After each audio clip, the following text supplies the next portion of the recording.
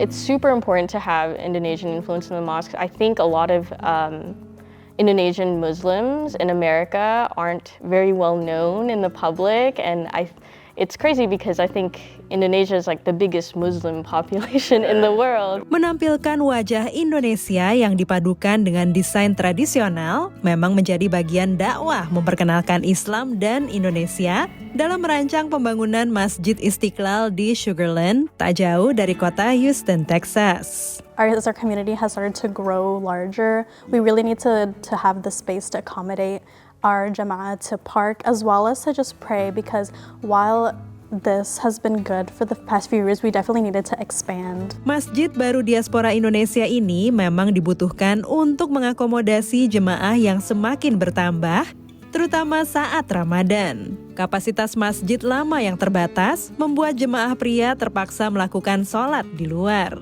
Namun, sebagai organisasi non-profit, pembangunan masjid amat tergantung dari sumbangan jemaah yang dikumpulkan secara bertahap. Selama Ramadan, pihak masjid berharap dapat mengumpulkan dana sebesar $350.000.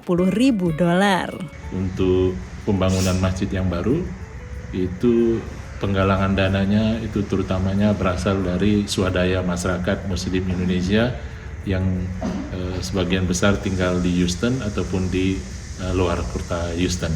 Untuk pembangunan ini tentunya mengingat biaya yang sangat besar, maka pembangunannya juga kita lakukan secara bertahap-tahap. In Place Design, perusahaan arsitektur di Baltimore, Maryland, terpilih untuk merancang desainnya. Islamic pattern dan batik itu punya ada kesamaan, karena memang dulu batik itu berkembangnya itu karena ada nilai-nilai Islam yang masuk. Jadi yang akan kita bawa itu adalah pola-pola batik yang menyerupai atau mirip dengan pola-pola Islam. Tim pembangunan masjid merasa beruntung dapat bekerja sama dengan Haris Kuncoro, prinsipal dan direktur desain di perusahaan tersebut. Om Haris, which is the architect in charge of this design, connected with him on Strava. Eventually they connected on Facebook, and my dad found out he was an architect and reached out to him to help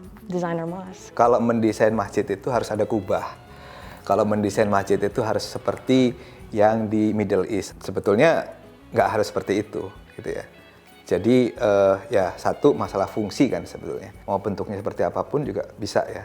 Cuman memang branding itu perlu, dan tugas kami ini di sini sebagai desainer dan arsitek, gitu, bagaimana bisa mendesain atau merumuskan bahwa kalau melihat ada masjid, oh itu masjid Indonesia. Saat ini konstruksi masjid dan lapangan parkir sudah mulai berjalan.